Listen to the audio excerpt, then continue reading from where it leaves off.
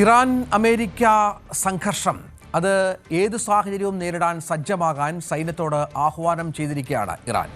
അമേരിക്കയുടെ എല്ലാ നീക്കങ്ങളും സൂക്ഷ്മമായി നിരീക്ഷിക്കുന്നു. കഴിഞ്ഞ ജൂണിൽ ഇസ്രായേലുമായി നടന്ന 12 ദിവസത്തെ യുദ്ധത്തേക്കാൾ ഇറാൻ സർവ്വസജ്ജമാണെന്നാണ് revolutionary guard corps deputy commander Ahmad Vahidi അറിയിച്ചിരിക്കുന്നത്. അമേരിക്കയുടെ ഭാഗത്തു നിന്ന് ഉണ്ടാകുന്ന ഏതു പ്രകോപനത്തിനും ശക്തമായ തിരിച്ചടി നൽകുമെന്നും ഇറാൻ മുന്നറിയിപ്പ് നൽകുന്നു.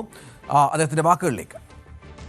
این آقا هم همینطور مرتبا ادعا میکنه ولی ما نام آوردیم و چه کردیم. به نظر من ملت ایران رو از این چیزا نباید ترسوند. ملت ایران تحت تأثیر این حرفا قرار نمیگیره، از برخورد حق نمیهراسه. ما شروع کننده نیستیم، ما به کسی ظلم نمیخوایم بکنیم، به کشوری حمله نمیخوایم بکنیم، اما در مقابل اون کسی که طمع داشته باشه حمله بخواد بکنه، اذیت بکنه، ملت ایران مشت محکمی به او خواهد زد.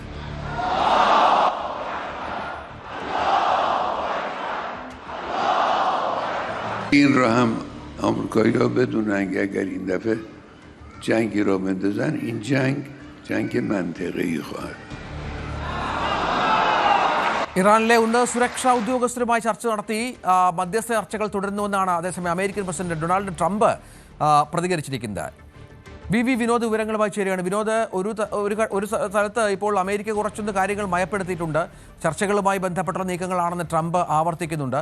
പക്ഷേ യുദ്ധക്കപ്പലുകളും പടക്കോപ്പുകളും മറ്റും ഇറാന്റെ തീരത്തേക്ക് അയക്കുന്ന പശ്ചാത്തലമുണ്ട്. മറുവശത്ത് ഇറാൻ കാര്യങ്ങൾ കടുപ്പിക്കുകയാണ്. ഇത്ര ആത്മധൈര്യം ഇറാൻ എങ്ങനെ ലഭിക്കുന്നു എന്നുള്ളതാണ്. രഞ്ജിത്ത്, പശ്ചിമേഷ്യയിൽ യുദ്ധാന്തരീക്ഷം തന്നെയാണ് ഉരുണ്ടുകൂടുന്നത്. കാരണം രഞ്ജിത്ത് പറഞ്ഞതുപോലെ തന്നെ ഇതിൽ ഏറ്റവും പ്രധാനപ്പെട്ട കാര്യം ഇറാൻ എടുക്കുന്ന ഒരു ആത്മവിശ്വാസമാണ്, അല്ലെങ്കിൽ ഇറാൻ പ്രകടിപ്പിക്കുന്ന ഒരു ആത്മവിശ്വാസമാണ്. അമേരിക്ക ആക്രമിച്ചാൽ തിരികെ ആക്രമിക്കുന്നത് ഇറാൻ മാത്രമാകില്ല, അവിടെ ഗൾഫ് രാജ്യങ്ങൾ ഒന്നടങ്കം അല്ലെങ്കിൽ അറബ് രാജ്യങ്ങൾ ഒന്നടങ്കം ആ യുദ്ധത്തിൻ്റെ ഭാഗമാകും എന്ന ഒരു കാര്യമാണ് ഖമേനി കഴിഞ്ഞ ദിവസവും ഇന്നുമൊക്കെ ആയിട്ട് അദ്ദേഹത്തിൻ്റെ പ്രതികരണങ്ങളിൽ പറയുന്നത്. അവിടെയാണ് അമേരിക്കയുടെ ഒരു നീക്കവും ഏറ്റവും ശ്രദ്ധേയമാകുന്നത്. അമേരിക്കയുടെ കപ്പൽപ്പട ഇറാൻ്റെ തീരത്തുണ്ട്. അവിടെ എബ്രഹാം ലിങ്കൻ എന്ന വിമാനവാഹിനി കപ്പലടക്കം ഏതാണ്ട് 10ഓളം വരുന്നൊരു വ്യൂഹമാണ് ഇറാൻ തീരത്ത് തമ്പടിച്ചിട്ടുള്ളത്. ഏത് സാഹചര്യത്തെയും നേരിടാൻ തക്ക രീതിയിൽ ഇറാനും മുന്നൊരുക്കം നടത്തുന്നു. പ്രത്യേകിച്ച് കഴിഞ്ഞ വർഷം ജൂണിൽ നടന്ന അമേരിക്ക ഇറാൻ സംഘർഷമുണ്ട്. ആ സമയത്ത് ആണവായുധ കേന്ദ്രങ്ങൾ വലിയ തോതിൽ ആക്രമിക്കപ്പെട്ടിരുന്നു. അന്ന് ഇറാന് വലിയ നാശനഷ്ടങ്ങൾ ഉണ്ടാവുകയും ചെയ്തു. അത് ഒഴിവാക്കാനായി ഇപ്പോൾ അണുവായുധ കേന്ദ്രങ്ങൾ ഭൂമിക്കടിയിലേക്ക് മാറ്റുന്ന പ്രക്രിയയാണ് ഇറാനിൽ നടക്കുന്നത്. അത്തരം വിവരങ്ങളാണ് പുറത്തു വരുന്നത്. അതോടൊപ്പം തന്നെ ഈ ആണവായുധ കേന്ദ്രങ്ങളിലേക്കുള്ള കവാടങ്ങൾ, തുരങ്കവാതിലുകൾ വലിയ തോതിൽ മണ്ണിട്ട് മൂടുന്നുണ്ട്. ഒരുപക്ഷെ യുദ്ധമുണ്ടായാൽ അത്തരം കേന്ദ്രങ്ങൾ കൂടുതൽ സുരക്ഷിതമാക്കുക എന്ന ഒരു നീക്കത്തിലേക്കാണ് ഇറാൻ പോകുന്നത്. കഴിഞ്ഞ ദിവസങ്ങളിലുണ്ടായ ഇസ്രായേൽ പലസ്തീൻ സംഘർഷമുണ്ട്. നേരത്തെ വെടിനിർത്തലുണ്ടായിരുന്നു. അവിടെ റാഫ അതിർത്തി തുറക്കുന്നതുമായി ബന്ധപ്പെട്ട നടപടികളിലേക്ക് പോവുകയും പലസ്തീനിൽ ചികിത്സ ആവശ്യമുള്ളവർക്ക് ഇസ്രായേലിനോട് ചേർന്ന റഫ അതിർത്തി കടന്ന് അവിടുത്തെ ആശുപത്രികളിലേക്ക് പോകാനുള്ള ഒരു തീരുമാനം കൈക്കൊണ്ടിരുന്നു. പക്ഷേ ആ റഫ അതിർത്തി തുറക്കുന്നതിൻ്റെ തൊട്ട് തലേ ദിവസമാണ് ഇസ്രായേലിൻ്റെ ഭാഗത്ത് നിന്ന് വീണ്ടും പലസ്തീന് നേരെ ആക്രമണം ഉണ്ടാകുന്നത്.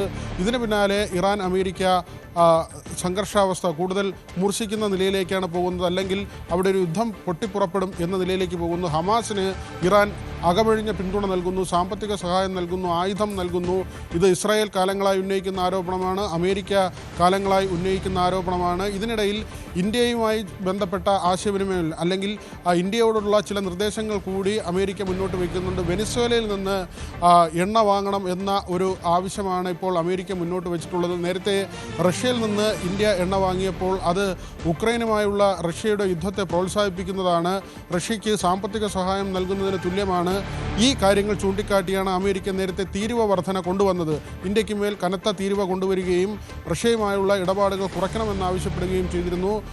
തുടർന്ന് ഇറാനുമായി ഇന്ത്യ കൂടുതൽ കരാറുകളിലേക്ക് പോവുകയും ഇറാനിൽ നിന്ന് എണ്ണ ഇറക്കുമതി ചെയ്യുന്നത് വർദ്ധിപ്പിക്കുകയും ചെയ്തിരുന്നു. ഇപ്പോൾ അമേരിക്ക നിർദ്ദേശിച്ചിട്ടുള്ളത് വെനിസ്വേലൻ എണ്ണ വാങ്ങണമെന്നാണ്. വെനിസ്വേലയുടെ പ്രസിഡന്റിനെ അമേരിക്ക തടവിലാക്കിയിട്ടുണ്ട്. വെനിസ്വേലയിൽ ഇപ്പോൾ അമേരിക്ക താൽപ്പര്യപ്രകാരം അല്ലെങ്കിൽ അമേരിക്ക ഇഷ്ടപ്പെടുന്ന തരത്തിലുള്ള ഭരണമാണ് നടക്കുന്നത്.